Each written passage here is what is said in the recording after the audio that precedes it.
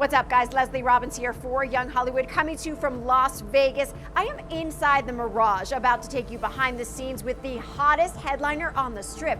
Oh, and he's a two-time America's Got Talent winner. Let's go. Wow. Shay, hey, good Leslie. to see you. It has been Forever. over 4 years, March 2020. I can't believe it. Time flies because it kind of feels like yesterday. A bit. I know you were in our Beverly Hills studio. I remember that. And we've been wanting to come to your Las Vegas home. Your second Now home. you're here. Now I'm you're here. This is where Limitless goes down. And this is like where it all began. You know, I never expected it to happen like this, but it's crazy.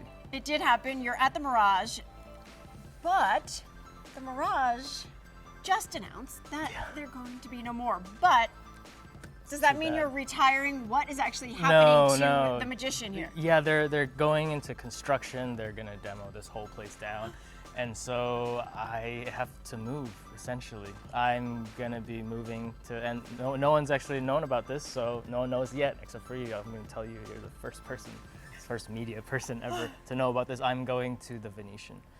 I'm going to be going to the Venetian right across the street, literally right across the street.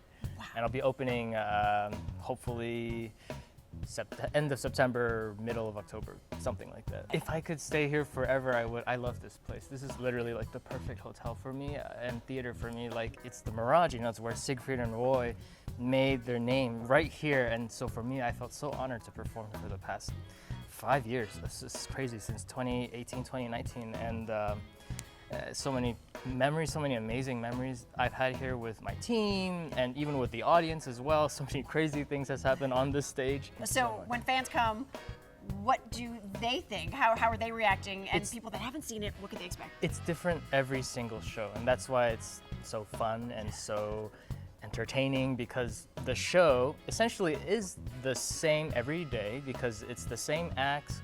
We always end at 90 minutes. The show's 90 minutes exact. What makes it different though is the people that go on stage. So the spectators that go on stage, they're kind of, sometimes they're just crazy, you know? Sometimes they're either super drunk or they just have a crazy personality, or we've had people without clothes on. I'm being dead serious. I've had a girl come up on stage and she didn't have any pants on. She just had lingerie, and I didn't know at all until she stood up. And I was like, oh, you forgot your pants. So what can people expect at the Venetian? I can't believe I'm saying those words. Yes, the Venetian. It's gonna be a bigger show. So right here you can see the theater. The screen, while it is big for this theater, Venetian's gonna be even bigger. It's gonna be like almost 2 times the size of that. So it's gonna be like IMAX quality. And so at Venetian, there's a ton of space, and so we're gonna be able to do bigger things, essentially, make the audience feel like they're watching something spectacular. Because you know, in the show, there's just so much like close-up, intimate things, and so to kind of contrast that with something bigger will just make the audience just feel like they're on a roller coaster ride of different types of magic, different emotions. Okay, so talk about the first time you ever came to Vegas. You were a kid, teenager actually. Yeah. And could you ever have a magic? No, I came to Vegas.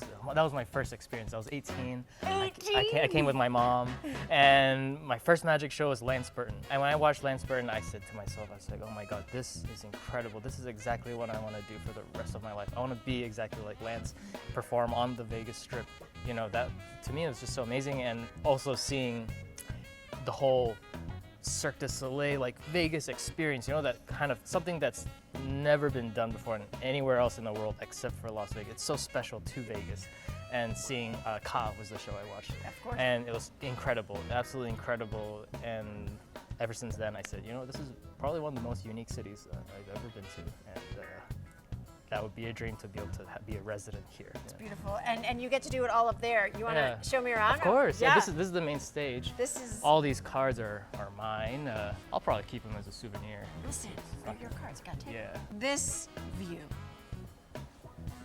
It's What goes through your head when you're standing here? And I have to say, even watching you on stage, the shy boy that you talk about that you used to be, that's still in you a little bit. That shy boy, not really comfortable talking to, but like, you're such a presence that it's okay. That like innocence is still in you, and that's beautiful. Oh, thank you. I wanted to stay here forever because this is like the best theater I've ever performed in. Really, the way the energy is just kept in this theater is just so special. I've never really felt that in any other theater before. Everything, like people's applause, everything is just kind of, nothing escapes this room. And luckily at the Venetian it was the same. When I went there, I watched a show there and I said, oh, it's the same type of feeling. So I'm excited to go there. And you know what, I was so happy to see in your show you playing the piano and you talking about that, because that is such an important part of your life story. You could have been a professional pianist. That was my goal. It was before magic. That was in my head. You know, my piano teacher as well, my parents, we were all so excited about, because I was pretty good. I got to university. That was my goal, was to be a concert pianist. And